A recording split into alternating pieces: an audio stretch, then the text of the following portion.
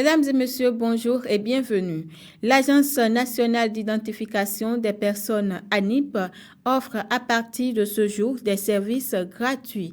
Les usagers du 13 au 16 septembre peuvent obtenir gratuitement sur les plateformes en ligne ui.service.anip.bj ou l'application mobile anip.bj, leur certificat d'identification personnelle CIP et leur acte de naissance sécurisé. Ils peuvent également faire leur AVIP, mettre à jour leur numéro de téléphone, photo, signature et obtenir leur certificat du numéro personnel d'identification ou carte CEMOI, tout en se rendant au niveau des guichets uniques de protection sociale, des écoles et collèges spécifiés dans chaque département de notre pays. Ces services gratuits entrent dans le cadre de la série de manifestations qu'organise l'ANIP en collaboration avec le ministère des Affaires sociales et de la microfinance en marge de la célébration de la Journée internationale de l'identité. La Journée internationale de l'identité est pour le mardi prochain. Elle est célébrée chaque 16 septembre. L'ANIP invite donc tous les citoyens à profiter de ces services gratuits afin de garantir une identité complète et sécurisée, condition essentielle pour l'accès aux droits et aux services publics selon un communiqué en date de ce jeudi signé par le directeur général. Chaque rentrée scolaire est un moment de forte pression. Elle rime avec dépenses simultanées et importantes pour les ménages. Entre fournitures scolaires, uniformes, manuels, scolarité et bien d'autres, le budget familial est souvent mis à rude épreuve. Pour mieux s'y prendre, nous vous proposons de suivre ces recommandations. Je recommanderais aux parents spécifiquement de ne pas attendre le dernier moment, mais d'élaborer un budget détaillé qui prend en compte les recettes du moment et également les dépenses à réaliser. L'élément qui est fondamental dans ce travail, c'est de réussir réellement à estimer dans une bonne fourchette les dépenses liées à la rentrée scolaire.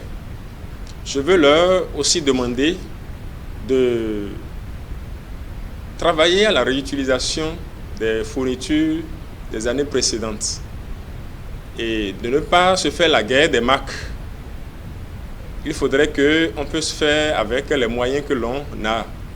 Les outils à la mode ne sont pas très souvent les plus durables, mais il faudrait quand même, avec un peu d'intelligence, faire le jumelage, trouver le juste milieu par rapport à ce qu'il faut acheter, ce qui sera durable, va rentrer dans une pérennité pour que les enfants puissent l'utiliser sur un long moment.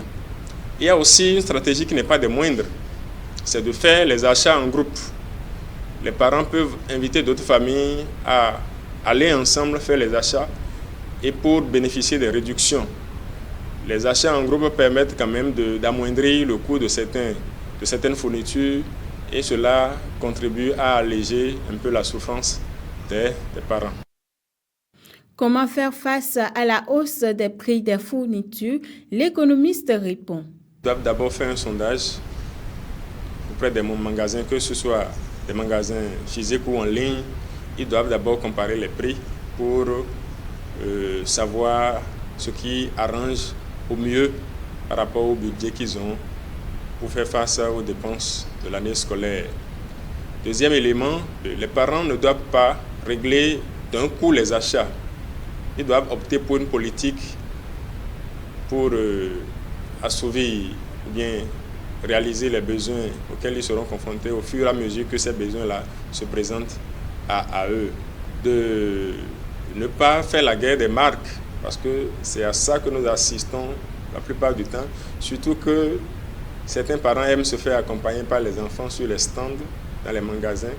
Les enfants optent pour ce qui est à la mode. Sous nos cieux, c'est un peu difficile, mais on peut toujours rechercher les subventions. Il y a certaines organisations qui se donne la générosité d'accompagner les parents dans les différentes dépenses liées à la rentrée scolaire. Je pense que le gouvernement, même s'y adonne quelquefois, mais si on ne se renseigne pas, il n'est pas évident qu'on puisse être au courant de ces occasions-là, de ces possibilités. Les parents ont tendance à procrastiner, à renvoyer à demain ce qui peut être fait aujourd'hui. Il faut l'éviter. Quand on peut régler certaines choses en même temps, c'est mieux de les faire. Il faut pouvoir réellement tenir compte de nos bourses, tenir compte des moyens que nous avons pour régler les différents problèmes et ne pas s'endetter inutilement alors qu'on vient juste d'entamer l'année scolaire. Hors des frontières béninoises, l'Assemblée générale de l'ONU a adopté ce vendredi la déclaration de New York. Il s'agit d'un texte qui relance la solution à 2 États, israéliens et palestiniens, tout en condamnant le Hamas et exigeant qu'il rende les armes. Adopté par 142 voix pour, 10 contre et 12 abstentions, la déclaration appelle aussi à la fin de la guerre à Gaza et prévoit une mission internationale de stabilisation sous mandat onusien. Et c'est la fin de ce 12h30. Je vous souhaite une bonne suite de week-end en compagnie des programmes de la TVMB.